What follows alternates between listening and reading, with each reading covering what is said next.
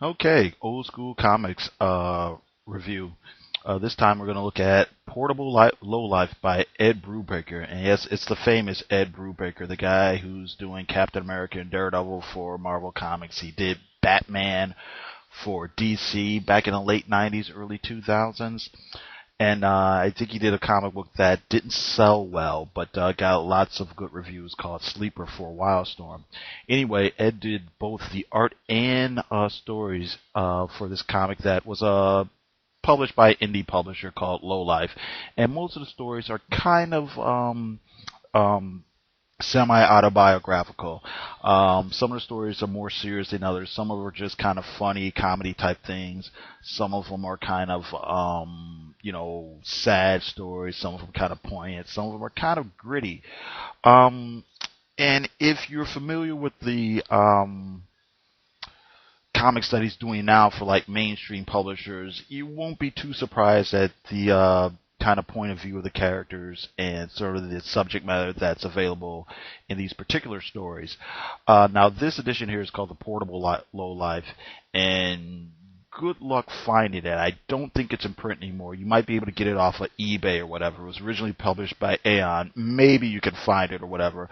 I would say if you want to, you'd probably be better off finding either the individual issues of Low Life or buying a thing called The Complete Low Life. Anyway, getting to the subject matter, like I said, they're semi-autobiographical stories about this kind of slacker type dude named Tommy. And a lot of the stories have to do with his relationship problems, work issues, dealing with drugs and things like that. And what's interesting about these stories is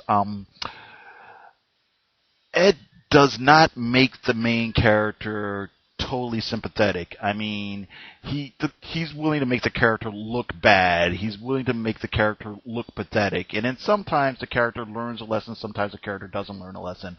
But a lot of times the character realizes how awful he's behaving. This particular thing has one story called "The Last Time Tommy Went to a Nightclub," which is pretty funny. It's basically about the guy going to a nightclub, getting drunk, causing trouble, getting drunk, or getting beat up and being tossed out. Another story has to do with how he's feeling after a breakup. Another story has to dealing with these weird bad dreams he's having. The most interesting story to me in this particular story is called in this particular issue, I should say, is a story called A Life of Crime. It's basically about how Tommy and a friend of his become addicted to speed and then end up in this really harrowing downward spiral and getting roped into, or shouldn't getting not roped into it, but falling into petty crime, robbing a computer store and things like that, and things only get worse from there.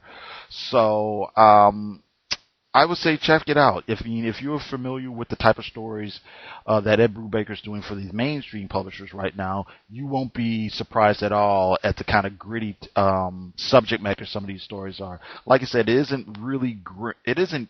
All the stories aren't grim, but it's very street level, very it's the other side of the fun sort of slacker. Hey, aren't we cool '90s type people? These are '90s type people who are not so cool. The artwork is kind of semi cartoony. This almost feels like the kind of badass alternative rock version of Archie in a way. And I said that those words just came out of my mouth. I probably don't want to say alternative rock. There's nothing in there about Pearl Jam or Nine Inch Nails or any of that stuff. But just the idea that this is the other side of that generation. It's not a bunch of people with piercings, but it does show, like I said, guys who steal from work, guys who rob stuff to get their drug money, being cursed out by your girlfriend, then realizing how pathetic you are. So I would say definitely check it out. You might be able to find it. I would say look for The Complete Low Life. Try to find it online. That's probably like your best bet.